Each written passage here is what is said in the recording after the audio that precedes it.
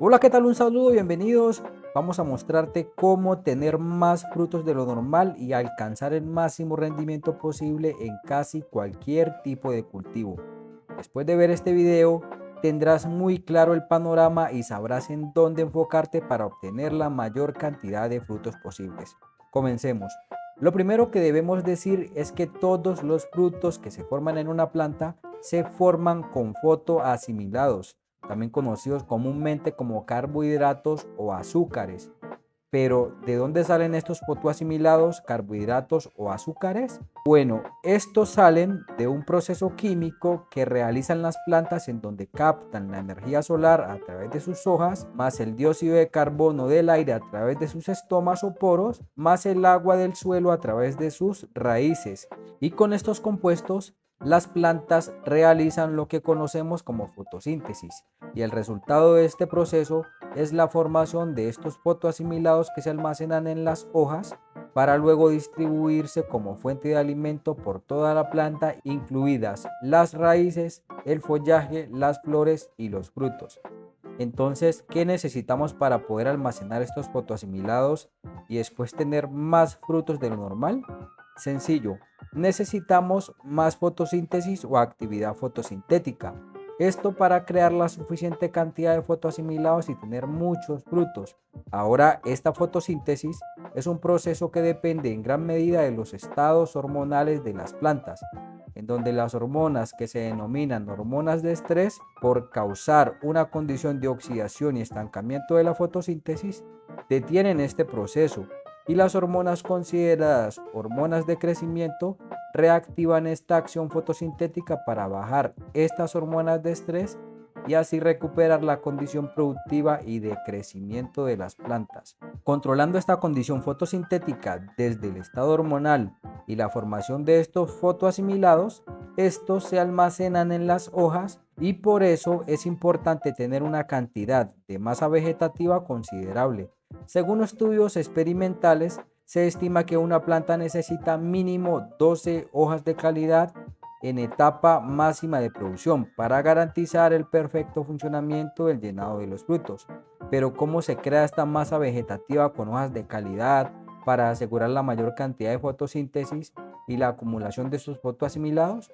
Bueno, para esto necesitamos nutrición esencial como el nitrógeno, el fósforo y el potasio, además de los aportes de micronutrientes, entre los que se destacan el calcio, el boro, el azufre, el cobre y el magnesio, que se encargan de la formación estructural principalmente, pero en realidad el inicio de crecimiento de las hojas se da con la activación hormonal, entre las que se destacan las hormonas de crecimiento auxinas, también las citoquininas y las gibberelinas. Con esta señal de crecimiento, las plantas destinan estos nutrientes para la formación de estas nuevas hojas. En estas hojas se forma un compuesto que se conoce como clorofila, la cual es la encargada de captar la energía o radiación solar para que las plantas realicen el proceso fotosintético y se acumulen los fotoasimilados en las hojas ya debidamente formadas. En esta etapa es importante recordar que las hojas tienen unas etapas de crecimiento entre las que se destacan los nuevos brotes que actúan como sumideros, es decir, que consumen más energía de la que gastan porque aún su formación estructural y la cantidad de clorofila en ellas no les permite ser fotosintéticamente eficientes, y las hojas ya formadas y sanas en donde se hace mucha fotosíntesis y además se almacenan los fotoasimilados o azúcares que se crean para que la planta los distribuya entre la raíz, el mismo crecimiento vegetativo, las flores y los frutos. Por eso es importante lo que mencionamos hace un momento de tener la cantidad de hojas y que éstas sean de calidad, que son necesarias para el sostenimiento de las plantas.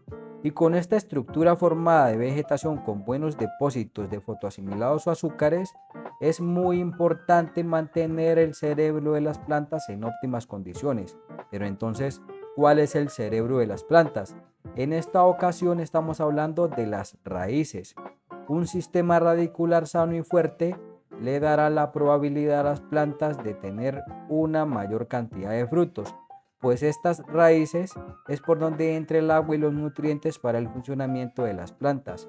y son los pelos o vellos absorbentes los más importantes en este proceso, pero también las raíces se alimentan de los fotoasimilados ya almacenados en las hojas, aunque su estimulación se hace con enraizantes, que en su mayoría estimulan las hormonas auxinas para su inducción radicular. Las fuentes de nutrientes más incidentes son el calcio y el fósforo. El calcio porque ayuda a movilizar las hormonas auxinas y el fósforo como fuente primaria de energía. Ya con este sistema radicular y la estructura formada, luego nos preguntamos cómo mandamos estas reservas para tener mayor cantidad de frutos. Es en este momento en donde necesitamos la incidencia hormonal enfocada en las hormonas llamadas citoquininas, más nutrientes esenciales como el potasio, el boro, el molibdeno, el calcio y el fósforo principalmente. También necesitamos los demás nutrientes, pero estos son los principales, los más esenciales. Las hormonas citoquininas, porque se demostró en los estudios que estas hormonas dan la señal para que se inicie el proceso de llenado de frutos o de crecimientos laterales. El nutriente potasio, porque promueve el movimiento de agua y nutrientes desde las raíces y azúcares desde las hojas hacia el llenado de los frutos en conjunto con una enzima que se conoce como bomba ATPasa, que es como el motor de este proceso. El nutriente boro porque ayuda a mejorar la calidad de estos fotoasimilados, haciendo que su aprovechamiento sea más eficiente, además de que ayuda a la formación celular de los órganos en las etapas de floración y también a darle elasticidad a los frutos en crecimiento para un mejor llenado. El molibdeno porque acelera este proceso del movimiento de fotoasimilados y esto hace que las plantas sean más productivas y además los frutos aprovechen mayor cantidad de recursos. Esto se transforma en frutos más grandes y con mayor densidad y peso.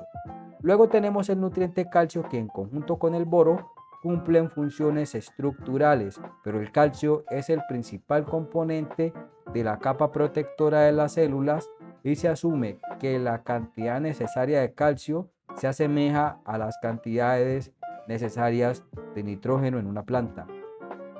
En este caso también nombramos al nutriente fósforo porque este nutriente es la principal fuente de energía de las plantas, cumpliendo un papel fundamental en la energía de las células.